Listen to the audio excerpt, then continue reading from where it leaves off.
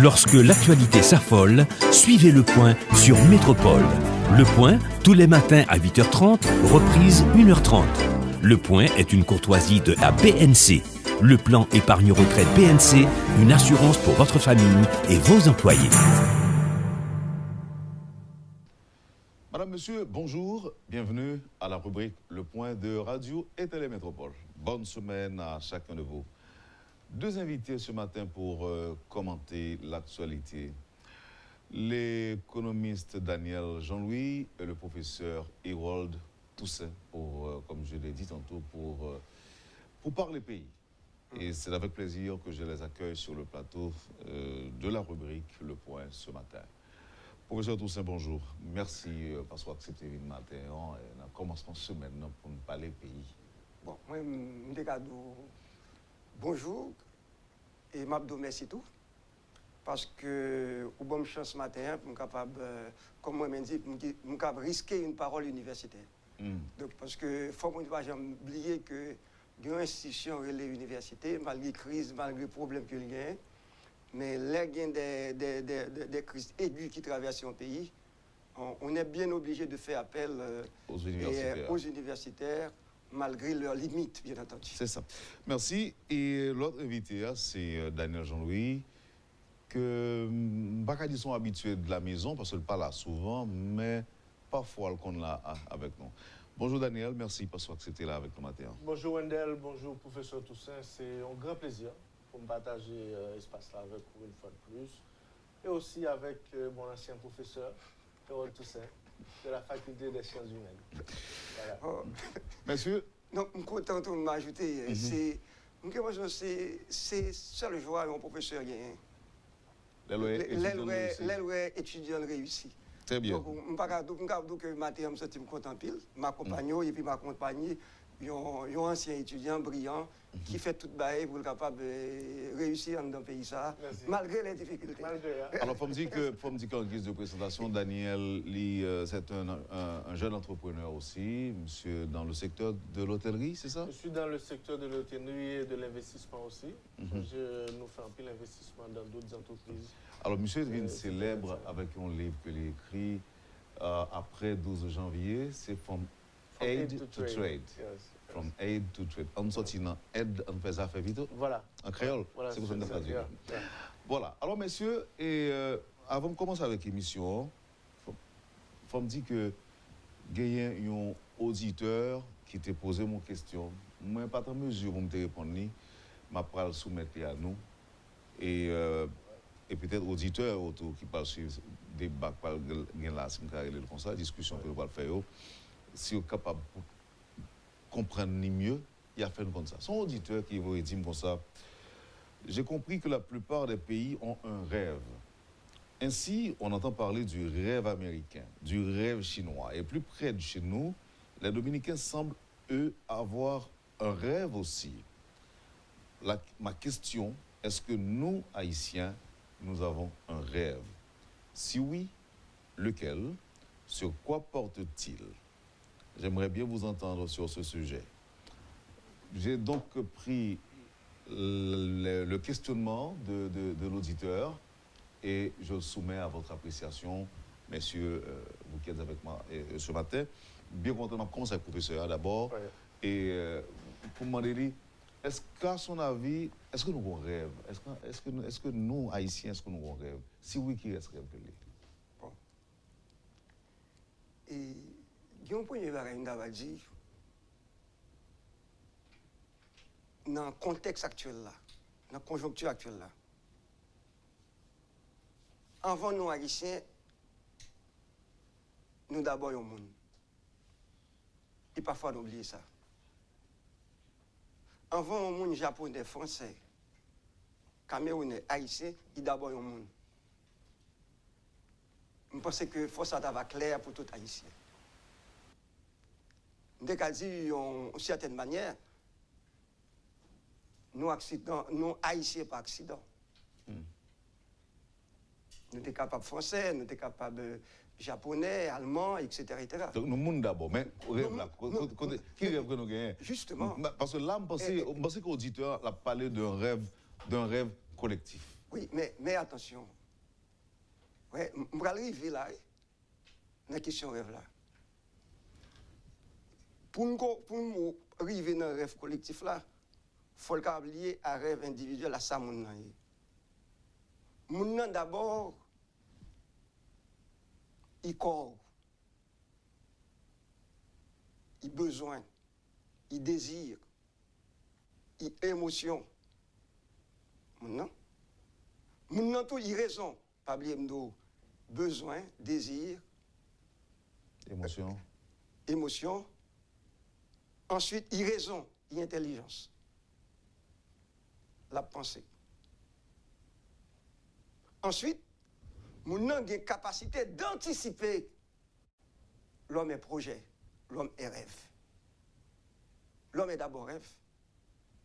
Maintenant, et l'air que on va vivre en société, on va le traduire rêve là par un projet commun, un projet de société. Et là, pour nous dire, nos pères fondateurs avaient un rêve. Maintenant, la question qu'a posée nous, est-ce que nous sommes de vrais héritiers? C'est extrêmement important parce que parfois, et ça, nous est là, il y a un bon monde qui rentre soit dans la politique ou bien dans l'économie, mais il n'y a aucune notion de l'histoire. Bien sûr, c'est le relais qui n'est pas assuré, qui n'est pas garanti. Le relais, je dirais, la manière de perpétuer le rêve de nos aïeux, de nos ancêtres. Écoutez, et je ne pas penser que vous avez ouvrir l'émission avec question ça. Mais, ouais, comme vivre avec non même là, quelques fiches de lecture, on va montrer aux auditeurs. Fiches de lecture que ici et là, que je fait, par exemple, dans la bibliothèque, les frères de Saint-Louis. Ça fait déjà longtemps, oui. Je t'ai essayé de relire Edmond Paul. Monsieur a un livre qui écrit Questions politico-économiques, qui est publié en 1861. Ça veut dire, ça fait combien de temps là? C'est Mounio Paul. Près de 60 ans. Pardon? Près de 60 ans. Non, Environ. 1861. Oui, plus de siècle. Plus de siècle, en 1861, plus d'un siècle. Et livre là, les questions politico-économiques. Je parle d'où, dans page 3-4. Mais ça, monsieur Tigre. Ouais, mais tu fiches ça, même là. Je ne vais pas te prendre sur l'ordinateur. Je vais laisser lire en partie là-dedans pour vous.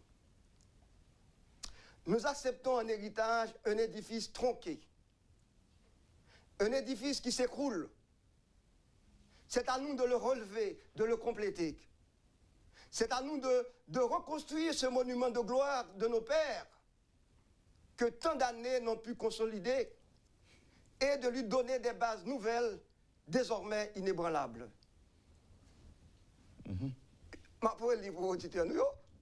Nous acceptons un héritage, un édifice tronqué, un édifice qui s'écroule. Nous, en 1861, attention, 1861, 1861, c'est à nous de le relever, de le compléter. C'est à nous de reconstruire ce monument de gloire de nos pères que tant d'années n'ont pu consolider et de lui donner des bases nouvelles, désormais inébranlables. Ça veut dire que, quand on dit ce qu'on a vu avec le journée aujourd'hui, ouais, quand il y a des gens qui pensent qu'il y a inventé un nouveau. Il n'est pas nouveau, il n'est pas nouveau. Mais ça t'a dit déjà, en 1871, mais qui ça, il y a un plus grand intellectuel du 9e siècle, il y aurait Edmond Paul t'a dit. OK. Donc ça veut dire que nous avons un rêve maintenant, comment consolider ce rêve? C'est ça. Merci, professeur. Témoin avec Daniel. Daniel, rêve nous. D'abord, est-ce que là, à votre avis, nous avons un rêve? Bon, c'est nous avons un rêve à notre dimension. À notre dimension, c'est-à-dire qui rêve concret, logique. On montre pas le gain, par exemple, le l'aldomi grand goût. On parle de rêve collectif. Le rêve collectif, c'est l'addition de tous les rêves individuels. Et depuis la fondation, le professeur Toussaint a parlé de la fondation, c'est que tu as un problème myopique qui existait dans la fondation d'Haïti d'abord. C'est pour commencer, le rêve à l'époque, c'était la liberté de l'esclavage. C'était une liberté physique. Et père fondateur, tu entends tout haïtien à l'époque, tu entends sous et l'esclavage à tous les moyens et manières possibles que vous arrivez à faire. Je pense que après l'étape ça, ils ont établi un rêve qui suive l'après. Parce que le rêve ultime ne devrait pas être la liberté. La liberté, c'est un moyen d'atteindre le développement de l'être. Et comment, que nous avons un rêve aujourd'hui ou pas, mais notre rêve devrait être le développement en nous comme peuple, qui vient à travers le développement individuel de chaque personne. Voilà.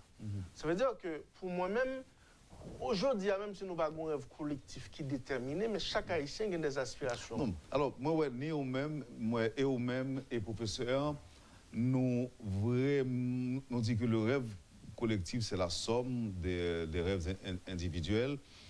Et alors que l'autre monde qui dit comme ça, eux-mêmes rêvent en Haïti, c'est d'abord bien-être par eux, bien-être famille, et puis après, même quitter le pays, aller vivre de l'autre côté. Donc, ça laisse un peu ça qui t'a envie, bail, on sait de monde raison. Monde qui dit que des Haïtiens, ils ont servi de espace ça comme un tremplin. Pas un patriote, vraiment, pas un monde qui remet terre ça. Et les monter sous le niveau politique là avec lui, je dis que c'est ça qui fait que le pays n'est pas capable de faire bon résultat parce que tout le monde ses affaires reviennent régler là-dedans. C'est parce que pas un rêve. Et une auditrice qui se partager, qui se une réponse pour moi, bon peut-être l'auditrice la plaisanter, mais constate le capable très sérieux. Dans ça, il dit nous que c'est pas si compliqué. Les Haïtiens rêvent seulement de gagner à la borlette. Moi, je pense que, ouais. Et. Wendell, ouais. Faut nous prendre tête nous au sérieux. Et faut nous prendre le pays au sérieux. Ouais. Et, en parenthèse, non, mais que. Faut ma garçon qui a fait politique journée aujourd'hui. Elle relit, elle connaît ce qui s'est passé dans le 19e siècle là. Il y a une série de monde qui elle relit. Ouais. Heureusement, je devine avec notre saillot de Edmond Paul. Monsieur dit, je pense que la bon pour notre économiste, la bon pour monde, je ne veux dire qu'à réfléchir. Former la richesse publique. Former la richesse publique. Quel doit être en effet notre but? Car la richesse d'un peuple, c'est son plus puissant levier. Écoutez bien, oui. Ouais, on a même que leader politique, même leader économique. Leader politique et leader économique. C'est extrêmement important dans une journée conjoncture de là. Former la richesse publique. C'est comme si vous retourner l'école encore. Non, non, pas pour l'école. Non, c'est elle lit l'histoire. Former la richesse publique. Mais c'est ça le bien commun. C'est-à-dire, c'est pas une richesse tout le monde personnel, on a dit que capable bon richesse publique là, etc. Donc, bien commun, former la richesse publique. C'est-à-dire, qui s'engage former la richesse publique? Pour nous battre peuple, nous d'abord manger. Et Georges Anglade va le reprendre tout. Ouais, on a des problèmes avec Georges Anglade. Il va le reprendre tel ça. Mais un peuple qui pas bas, si nous pas arriver à peuple nous manger, nous pourrons finir, nous pourrons effacer comme peuple. Former la richesse publique. Richesse publique. C'est-à-dire, il ne faut pas émietter la richesse publique. Il ne faut pas piller la richesse publique. C'est ça. Former la richesse publique, quel doit être en effet notre but? Car la richesse d'un peuple, c'est son plus puissant levier. Et c'est, je pense que journée aujourd'hui, hein? Donc là, tout ça nous le faire là. Là, si je me comprends, c'est travail à la richesse publique. Travailler à la richesse publique, c'est ça. Mais c'est ça, c'est qu'on y a. Maintenant, professeur, il y a une thèse, et c'est lui que je parle avec nous, la crise que le pays d'Haïti a traversée aujourd'hui, nous en crise depuis quelque temps. Cette crise est pérenne. C'est clair. Et puis, elle est aussi évolutive. C'est clair. Parce que de jour en jour, j'ai l'impression n'a pas entré avec un rythme effréné dans l'abîme. Ouais. Mais, quand on parle avec nous, c'est le monde qui dit que, en dépit de tout ça qui paraît, en dépit de toute réflexion, analyse qu'a faite sur la situation réelle de cette crise, elle est plutôt économique au lieu que politique. Et c'est pour ça que je parle avec nous. est-ce que vous êtes d'avis que la crise est plus économique que politique? Oui. La crise, c'est une crise d'abord économique. Il y a un problème fondamental dans la société noire. Il finit sous deux volets. C'est d'abord sur la production de la richesse. On ne produit pas assez de richesse. Okay? Par exemple, l'Haïtien moyen en termes de produit intérieur brut, sans faire de la théorie, nous produit $730, $729 majoré à $730 par année comme produit fini dans l'économie. C'est l'Haïtien moyen. Sous-diviser $730 par 365 jours, ok? Libre environ $90, $2 que nous fait par jour. Moins de $3. Moins de $3, environ $2 par jour. Et si vous regardez que, et si on mettait par exemple le salaire minimum à $5,50, ok? Disons $2,2 moins $5,50, ça donne $3,3 de différence que nous. C'est la production de la pauvreté.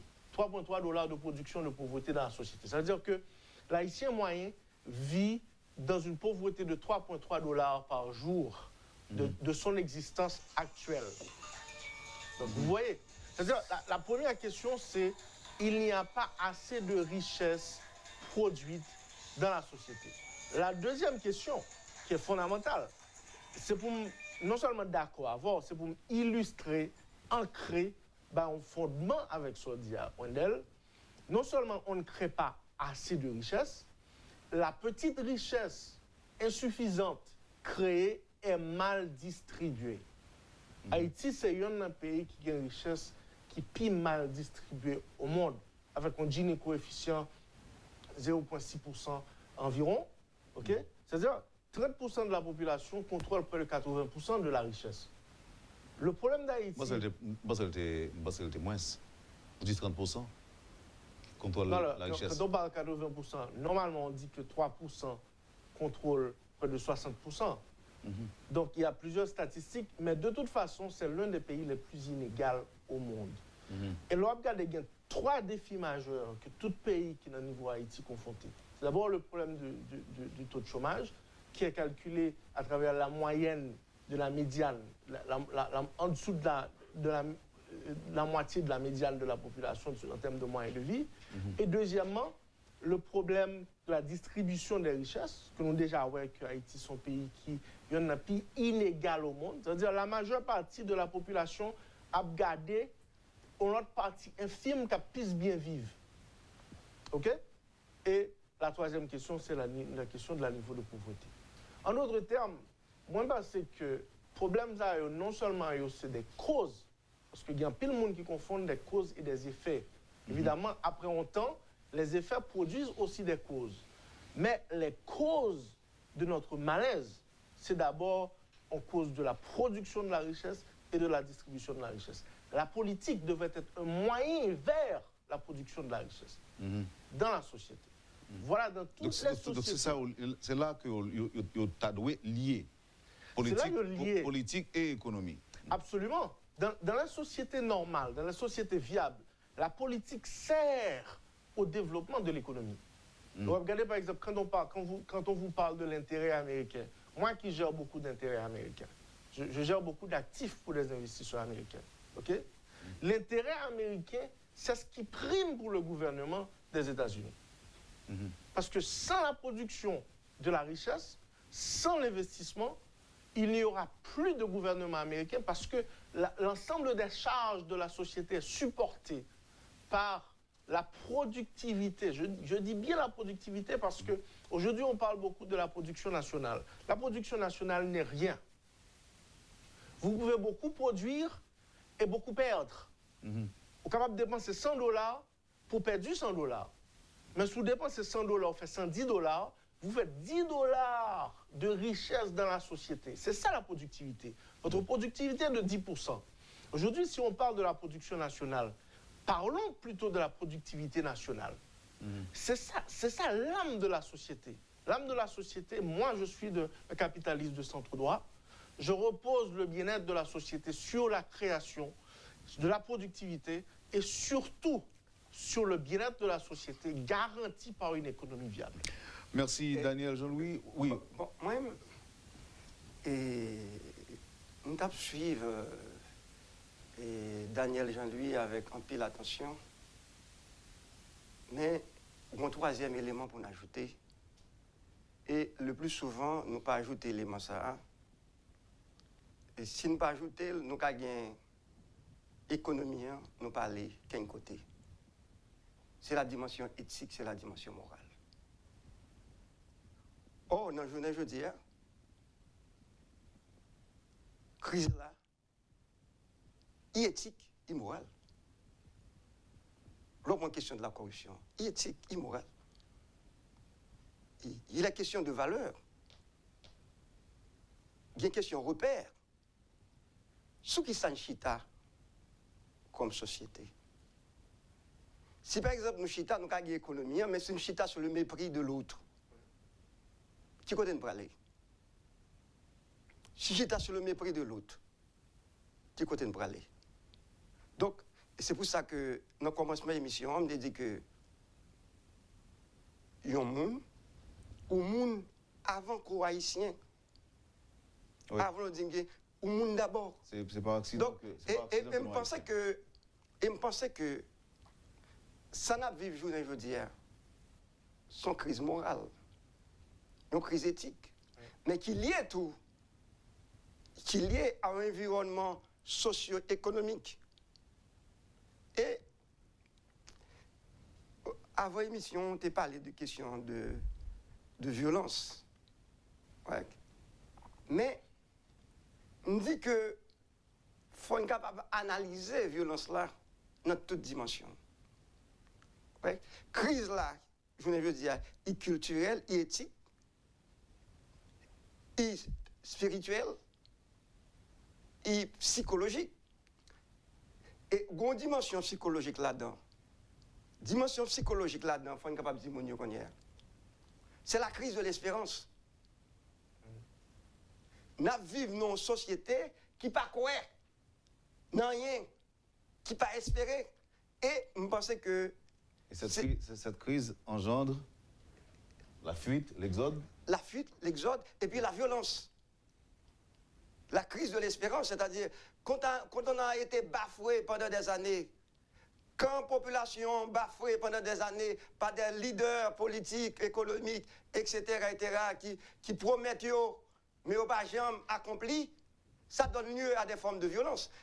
C'est extrêmement... Là, nous au niveau d'une crise éthique de responsabilité. Et c'est pour ça, Wendell, ouais, en 2015, tout ça me dit ce pays, je résume dans le livre ça, le courage d'habiter Haïti au XXIe siècle. La vocation de l'université à citoyen.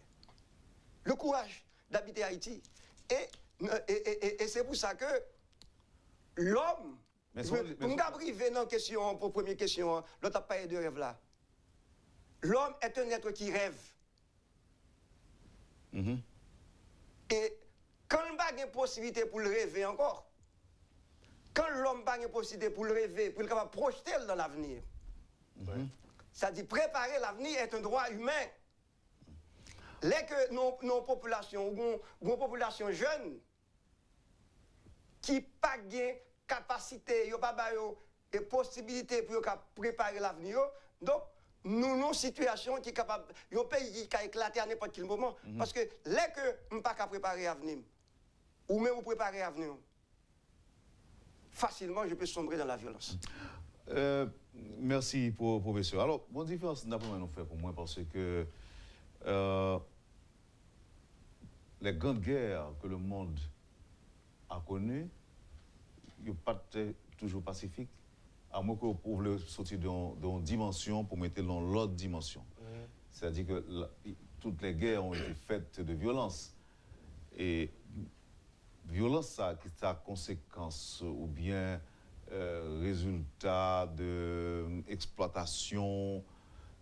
Là, en pile monde dit, en pile monde comprenait. Mais est-ce que là, on a parlé de même violence, ça, lorsque les individus décidaient, par exemple, s'y mettre l'huile sur une route pour provoquer accident? pas que c'est même violence là, pas que ça, pas que c'est même violence, c'est comme expression, si vous voulez, de besoin, expression de revendication, professeur. Bon. On va quitter réponse pour moi. Parce que moi, on va réfléchir. On prend après pause d'habitude. Vous suivez, madame, monsieur, la rubrique Le Point de Radio et Télémétropole. Nos invités ce matin, professeur Hérold Toussaint et l'économiste, entrepreneur Daniel Jean-Louis. Merci de l'intérêt. À tout de suite, après la pause. Le Point est une courtoisie de MSC Trading et la BNC. Le plan épargne-retraite BNC, une assurance pour votre famille et vos employés. Merci, madame, monsieur, de votre patience. Merci de l'intérêt. Avec nous ce matin, le professeur Hérold Toussaint et l'économiste Daniel Jean-Louis. Avant, nous t'avons dit que il y a un peu de monde qui prend en position et même tenter justifier la violence qui était marquée les derniers mouvements qui fait dans le pays. Et il y a des qui dit que c'est il était prévoir que le peuple a sorti dans la rue, l'a fait des ordres, l'a cassé, il parle dans la banque, il parle dans la station de gaz, il a crasé brisé. Alors moi-même, la question que je me dépose non, c'est que c'est toujours une guerre, mais toute guerre c'est toujours un objectif. Et à travers la guerre, à travers ces guerres, c'est toujours la violence comme moyen de gagner ces guerres et d'atteindre les objectifs. Mais quand aujourd'hui, en Haïti, on a parlé de rêve chaque Haïtien qui doit vivre dans le pays et, par exemple, être en mesure d'envoyer ses enfants à l'école et capable d'offrir tout le monde dans le loisir, permettre que le manger, permettre que le capable ait accès à la santé. Moi, poser nos questions, ça. Si men l'huile sur route pour provoquer accident, dans quel cadre nous avons placé ça, lui-même, ça lié? Bon. Moi-même, en 2013, pas en 2013, en 2003, écoutez bien, 2003, ça fait déjà 16 ans, il y a un texte qui est écrit pour les étudiants. Le texte a relé psychanalyse sociale, religion et politique, lire Éric Fromm en Haïti. Ça fait 16 ans. Donc, je prends conscience que je vieilli. Donc, ça fait 16 ans. Ouais. Je vais essayer d'analyser la question de violence là. La caille auteur, justement, il y aurait l'Éric Fromm. Il présentait une typologie de différentes formes de violence. Mais ça dit là, il rentrait dans une forme de violence que Éric Fromm relait la soif de sang d'ordre archaïque. C'est-à-dire, là, ça, à un moment donné, il y a un monde qui dit, ben, il a raison, ça va intéresser encore. Je quitte raison de côté, je prends animalité. Je prends bestialité. Donc, on passe de la raison à la bestialité, à l'animalité. Donc, laisse ça, donc, pas gagné encore. Donc, mon il besoin de sang. Besoin de sang couler. Donc, ça, là, nous sommes au niveau psychologique, psychanalytique. Laisse ça, pas gagné encore même. Donc, maintenant, toute barrière, tout ça que tu fais, il pas mon encore. Il pas mon encore. Donc, ça, et puis, il y a deux notions tout. Il y a une notion que il y a la biophilie et la nécrophilie. Ouais, nécrophilie, c'est les mounons. Manger cadavre. Et content, l'éloué, ça me décale le mal, c'est-à-dire, la célébrer la mort. Oui. Donc, c'est ce qu'on appelle la nécrophilie, qui est différente de la biophilie. Donc, là, qu'on y est là, maintenant, qu'on y est là, c'est.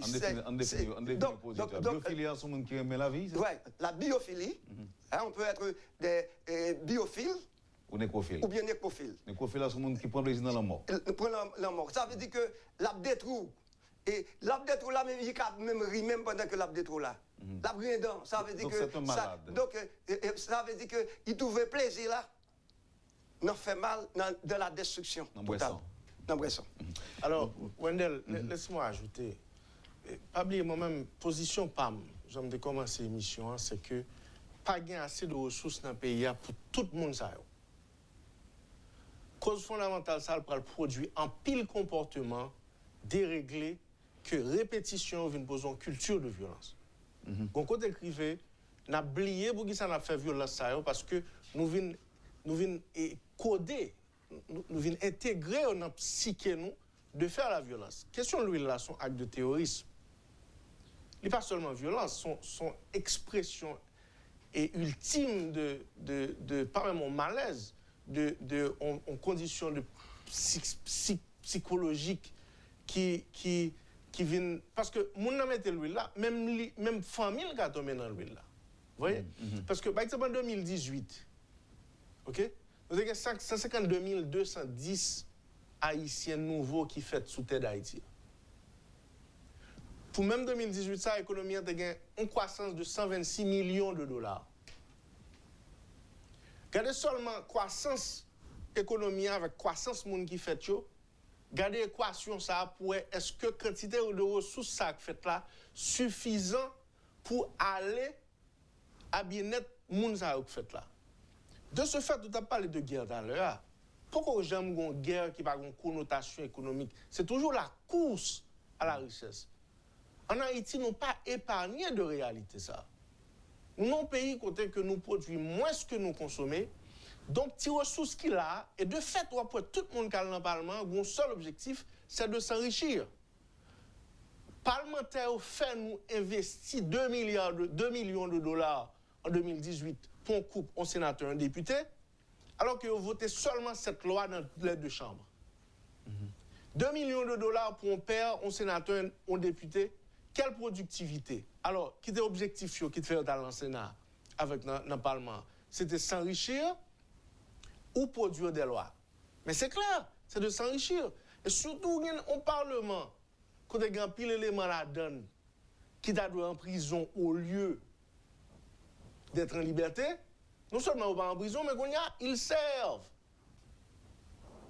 Mais quelle loi, quelle productivité, quelle création de richesse. Et je pense que la société arrive dans une phase côté que, et longtemps, on n'a pas de forme de violence, on n'a pas même penser avec eux dans longtemps, mais qu'on a escalade, ça qu'a fait là, la vie de plus en plus aiguë, et la montrer tout niveau d'escalade de société. Je dis, alors, on dit il y a 20-25 ans, un monde mourir, c'était un drame. C'était un drame. Bon, pendant son cadavre, son paquet d'affaires que le je dis, c'est vraiment une semaine faite que y a un monde, qu'un policier, par exemple, qui représente symbole l'État. Wendell, c'est vraiment ça va faire. Ils ont utilisé cadavre aussi comme élément de violence.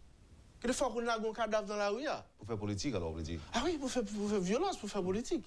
Et c'est là est-ce que nous ne pouvons pas rejoindre un professeur qui a parlé de nécrophilie Bon, ça a toute définition nette. Oui, mais en fait, et je crois que nous avons assisté à Santé Carrelé, nous avons banalisé Bayo. Ouais. C'est-à-dire qu'aussi, et nous avons banalisé que c'est dignité, mon il ne peut pas dire rien pour nous. Encore. Parce que c'est dans face à Niek. Et là, nous avons profité de l'espace à tout pour nous faire appel à nos différentes élites. Parce que nous ne sommes pas capables d'analyser comme ça. Il y a des responsables. Il y a des responsables. Oui, il y a des responsables. Il y a élite économique, il y a élite politique, il y a élite intellectuelle, il y a élite religieuse. Donc maintenant, il faut être capable de dire, non, face à que nous la jeunesse aujourd'hui, non logique qu'il y a parlé de dialogue, de débat, etc. Il faut chaque élite ça, faire une évaluation. Et permettez-moi, Wendell, je vais retourner encore. Là encore, c'est pour ça que je me dis que on ne peut pas faire politique en Haïti sont pas histoire importance. Pas pour répéter l'histoire là, pas pour diviniser l'histoire là, pas pour absolutiser l'histoire. C'est très très important que moi-même dis économie sur ça. C'est pas que on pourra parler de histoire pour faire diviniser, non, mais faut qu'on y soit payé. C'est clair. Par exemple, au 19e siècle, Edmond Paul t'a déjà dit, on va le lire pour nous. On tient note encore. Edmond Paul, nous sommes au 19e siècle, ça fait plus d'un siècle et demi. Monsieur Dou, l'intelligence et l'argent, ça c'est intéressant pour l'économiste là. Monsieur Dou, l'intelligence et l'argent, le capital intellectuel et le capital matériel sont les forces motrices de la moralisation et du bien-être des peuples. Intelligence là, et puis il faut bien. Pourquoi chez nous, l'un est si peu développé, l'autre si timide? Mais question, Edmond Paul a posé, 19e siècle, nous, 21e siècle, nous passons tout 20e siècle, mais question, monsieur a posé, l'intelligence et l'argent, pourquoi chez nous, l'un est si peu développé, l'autre si timide? Les voix sont unanimes. C'est par le commerce, l'agriculture, la navigation et l'industrie qu'Haïti sera sauvé. C'est de ces services et c'est de ces sources fécondes que jaillira la prospérité du peuple. Son texte que monsieur écrit, texte à le salut de la société, et si dans la bibliothèque, frère, c'est le lieu d'en trouver. Le salut de la société, mais ça, monsieur dit au 19e siècle. Même va dit que leader politique économique, ça, par rapport à ça, Edmond Paul dit, je dis, non pas grandi. Et qui ça a dit à la suite d'Edmond Paul? Non pas grandi. J'ai dit, Professeur Toussaint, on regarde toutes solutions que vous proposez, ce sont les solutions de production de richesse. Mais c'est ça. Mais son intellectuel, monsieur, intellectuel 19e siècle, ce intellectuel 19e siècle, c'est l'un des nôtres, Edmond Paul. Monsieur écrit un bon texte. Maintenant, est-ce que nous lisons texte ça, nous ne fait politique, est-ce que nous lisons texte ça, est-ce que nous demandons de parti pour lire, pour politique économique, pour politique pour le gagner, est-ce que nous lisons? Maintenant, c'est pour ça que il faut faire économie, il faut faire gestion, mais il faut aller retracer l'histoire pour capable situer. Alors, comme malheureusement, nous n'avons pas tant de temps devant nous, puisque nous avons parlé de crise là. On n'a pas encore. Oui. On n'est pas encore arrivé. Où ça? Maintenant, que faire? Non, on va y arriver, mais de les retourner sur... Non, c'est clair, ce sera la dernière question. Mais avant la dernière question, Daniel Jean-Louis, si vous avez parlé de l'impact de cette crise sur les affaires, nous allons répondre business sur lui-même, c'est pour nous personnaliser les questions. Ça crise en fort. Est-ce que continuer à résister, si vous voulez, à la crise? Mon cher, est-ce que même quand tu es employé ou même... Il y a deux business différents que je. Premier, c'est que, et vous songez que je devine là dans l'espace Le Point, nous avons parlé de 3 investisseurs que nous avons venus avec eux en septembre 2018. Événement, ça a été fait, évidemment, Métropole a couvert. Nous avons 4 entreprises qui présentaient affaires au bail et investisseurs américains. Nous avons été d'accord pour investir 2,4 millions de dollars dans 4 entreprises sur le coup. 4 entreprises haïtiennes. 4 entreprises haïtiennes. 3 investisseurs américains, firmes d'investissement, qui viennent avec eux. Pour 4 entreprises, et pas 4 entreprises, c'est 10 entreprises. C'est 4 là qui étaient retenus. Okay? Côté que l'investisseur a investi 2,4 millions de dollars. On a parlé que fonds d'investissement direct haïtien pour 2018 là, il y a environ 100 millions seulement. C'est-à-dire 2,4 millions de dollars, c'est un gros affaire bien pour l'économie ça, dans le sens ça, de cob qui était neuf, qui était pas là qui vini, investissement direct étranger. Et donc, après que il a détérioré, monsieur pensait d'avoir une guerre civile, il n'a pas investi encore. C'est son premier coup. Okay? Firme d'investissement là, ça veut dire que les une croissance, il va jamais joindre. De fait, pour le moment, nous n'avons pas investi en quel nouveau actif encore. On a stoppé. Hôtel que je par exemple. Hôtel que je pour le moment, nous sommes en phase de liquider quelques employés. Parce que pas oublier que crise ça depuis l'élection, depuis que monsieur a fait G8, etc. Et base clientèle a diminué. 6, 7, 8 juillet, vient exacerber. Et qu'on y a là, dans le dernier trimestre, premier trimestre année fiscale, l'année dernière là, de octobre en fait à décembre, janvier, tout client a annulé les réservations complètement. Donc en tout, moi-même, personnellement, j'ai perdu des centaines de milliers de dollars sous l'année qui se passait là. Donc nous obligés à faire consolidation et nous avons des grands hôtels, des grandes institutions qui fait. Et l'impact ça a pour l'économie, il y a un impact néfaste. D'abord, il y a des employés qui ont un niveau de revenu qui pas gain encore. C'est des gens qui gagnent 2-3 petits monde qui savent faire qu'on y a. Son fardeau en plus sous société, sous l'État et sous d'autres familles aussi qui sont à l'étranger. Et aussi moins de taxes pour l'État aussi. Donc, là, c'est mieux comme une explication sur Bailance, cette dernière crise que nous sommes vivants là, les risques mettent à genoux des éléments moyens qui t'a lutté. Ah oui, carrément. Parce qu'il y a des entreprises déjà qui pas une bonne performance. On n'a pas les combien de ménages moyens gagnent pour le dépenser par jour. Là, ici, moi, je vis avec moins de $2 par jour. Nous sommes éclaircis statistiques ça. Avec un taux de ressources qui est disponible, combien d'entreprises que le cas supporter dans l'économie comme ça? Là, il y a un consommateur qui sort de l'autre bord, il vient avec un cob tout neuf, il vient aider à augmenter la demande pour Goudla, qui prend Goudla en valeur par rapport à dollar là. Et c'est ça qui fait que l'économie, on pense qu'elle a un taux de croissance de moins de 1% en 2019, si la crise là continue comme ça.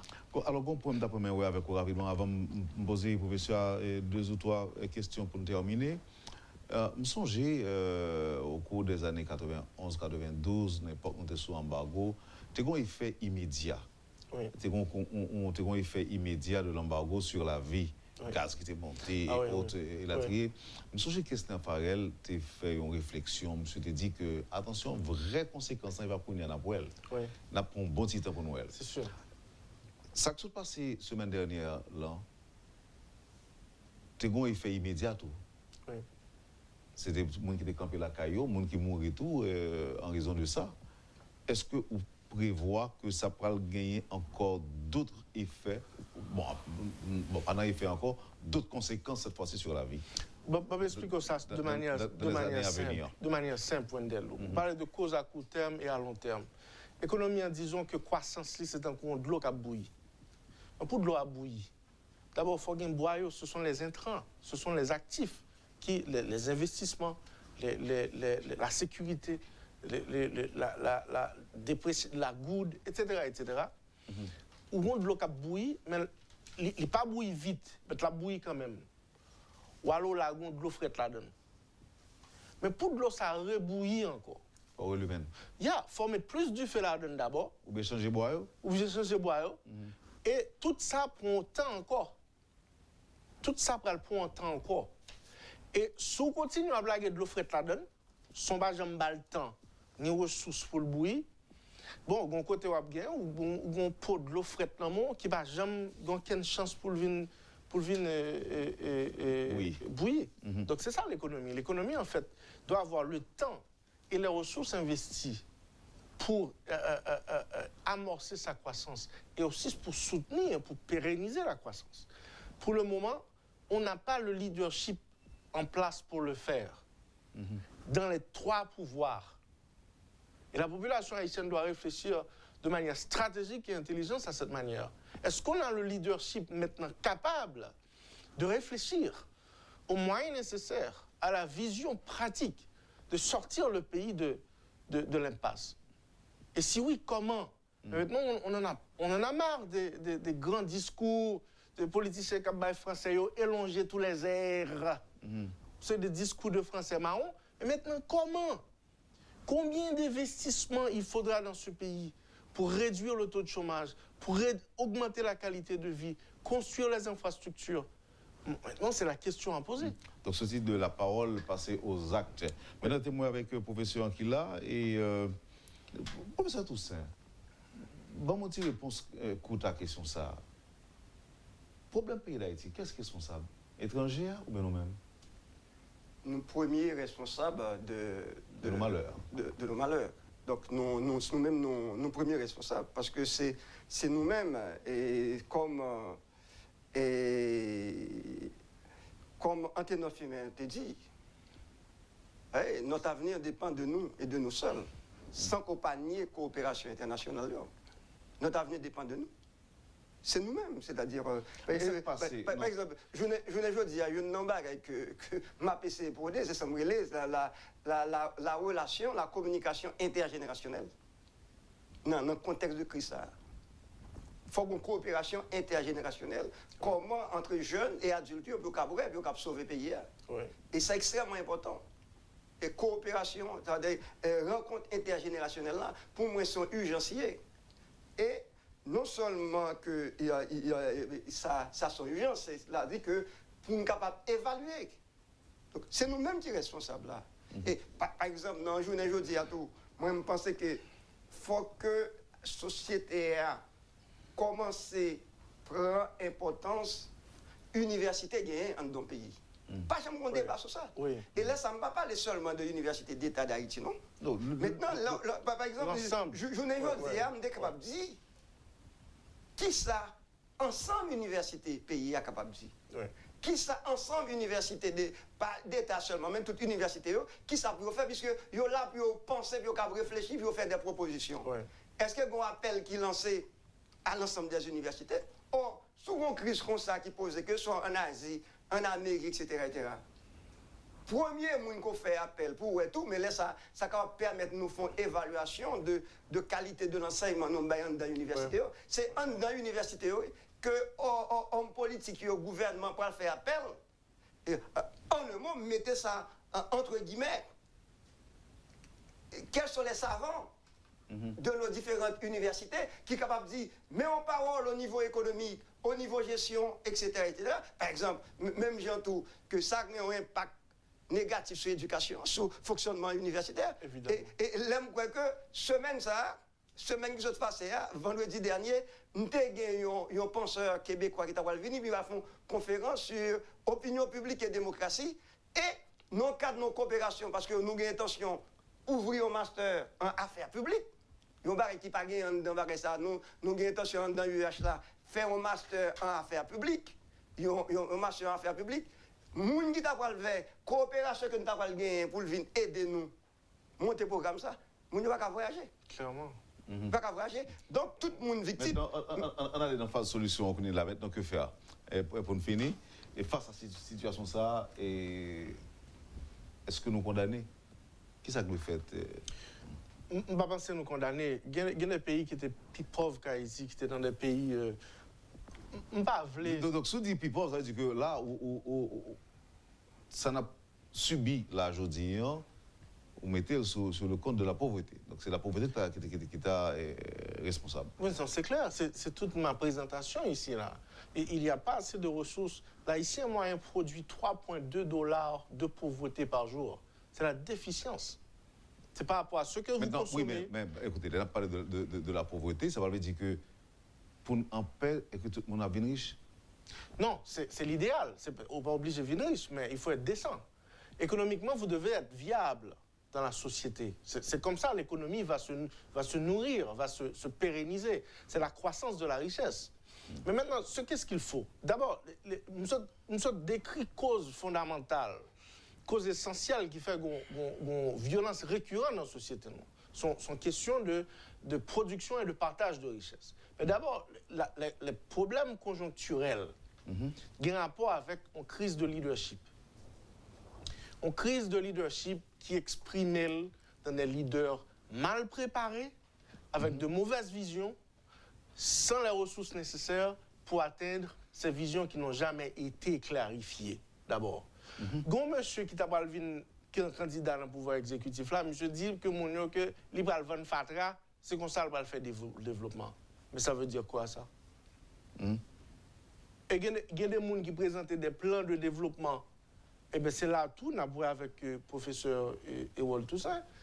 L'université a dû chita pour étudier quels sont les éléments des plans de politique de développement en Haïti. Quelles sont les réflexions? Ce n'est pas seulement de faire des réflexions pour des réflexions, mais chaque fois, le plan du pouvoir exécutif aujourd'hui, le redressement de la justice, parce que sans la justice, on ne peut jamais avoir une économie prospère. Jamais.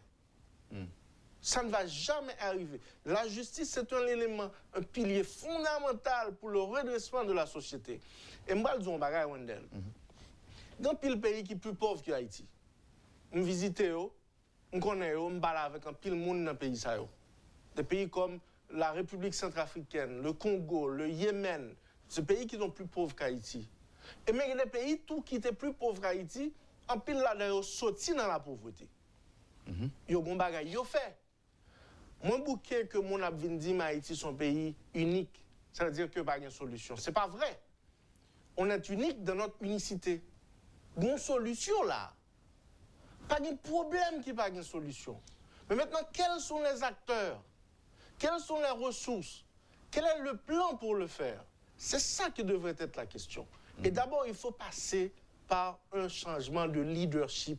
Il faut de meilleurs leaders. C'est le premier point. Et tous les parlementaires corrompus devraient être en prison. Tant qu'on n'a pas le courage pour le dire, la force et les moyens, les vecteurs, ce qui nous définit comme peuple, à prendre des positions contre la corruption claires et aussi vivre dans une situation qui n'est pas corrompue. Mais ça ne va jamais se faire. Non, mais on se dit tout, c'est la justice. C'est la justice bancale, donc pas grand-chose qu'on fait. Ben, il faut arranger. C'est même théorie chat avec souris. C'est clair. Qu'est-ce qu'on va mettre cloche dans le coup chat là? Moi, ça me donne C'est clair. Moi, ça me donne dit dans ça. Et ma pour prendre ça me synthétisé dans le livre ça, le courage d'habiter Haïti au XXe siècle. Ça veut dire que moi, avant, tout le monde qui est là, nous tous exposés. Donc, vivre en Haïti, c'est un choix. Si vous avez le courage d'habiter en Haïti, son choix lié. Mais ça me propose. Ça ne t'est qu'à proposer. Hein? D'abord, est-ce que nous voulons vivre ensemble? Et ça fait me retourner à la question éthique là. Est-ce que, je vais le poser encore une fois de façon prosaïque, est-ce que